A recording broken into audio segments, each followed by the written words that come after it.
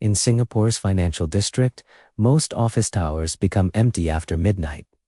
The elevators slow down, the trading screens dim. The city below keeps moving without witnesses, but according to one story passed quietly between office workers in Raffles Place, there is a woman who never stopped working, and every night at exactly 12:17 a.m., someone hears her crying. This story was never officially reported. No records remain online, but among older office workers in Singapore's CBD area, some still remember the intern from 1997. Her name was Mei Lin, 32 years old, compliance analyst. She worked on level 43 of a finance office in Raffles Place, one of dozens of towers where people quietly stayed past midnight, pretending deadlines mattered more than sleep. On paper, it was an ordinary Thursday. But at exactly 12:17 a.m., Mei Lin heard someone crying beside her desk. The desk beside hers had been empty for weeks. The employee who sat there had transferred to Hong Kong, but the crying continued. Soft, controlled, almost embarrassed. Then Mei Lin heard a voice from beneath the desk. "I'm sorry, I cannot finish by morning." The next morning, Mei Lin asked the office manager about the desk. Aunta Sue had worked in Raffles Place since the 1980s. She knew every employee who disappeared without explanation, and when Mei Lin mentioned the crying, Auntie Sue stopped stirring her copia. That seat, don't ask. Then she mentioned something almost forgotten now, the Asian financial crisis of 1997.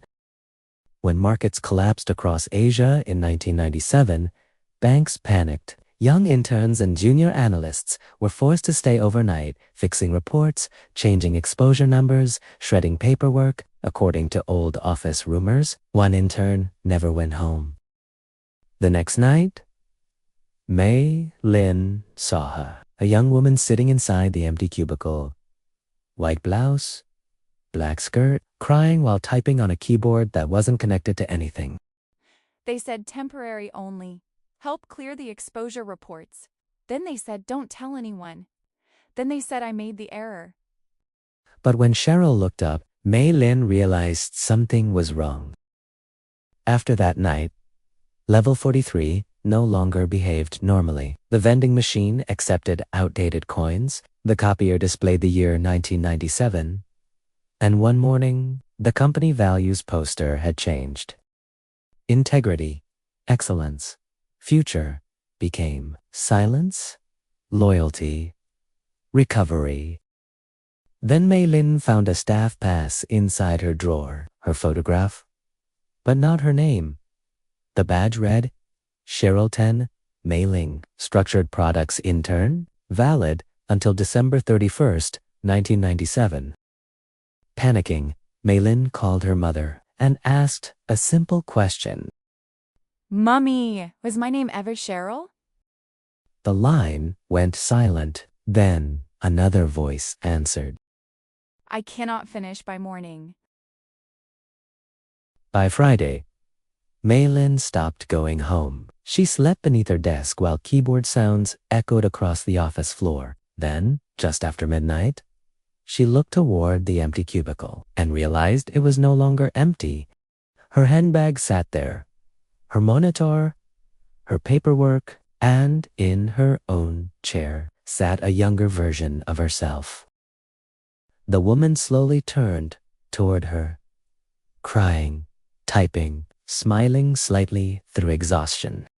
Don't tell anyone. They're moving you in the morning. The following Monday, Level 43 received a new intern. Her name was Cheryl.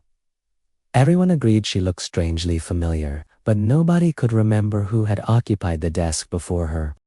In Singapore's financial district, office towers are rebuilt constantly. Companies merge, names disappear, employees are replaced quietly. But some people believe suffering leaves marks behind, especially in places where nobody was allowed to speak. And somewhere above Raffles Place, at exactly 12:17 a.m., someone is still trying to finish by morning. If you've ever worked late in Singapore's CBD area, you already know how empty those towers feel after midnight. Subscribe for more documented Asian horror stories, lost rituals, and unexplained encounters.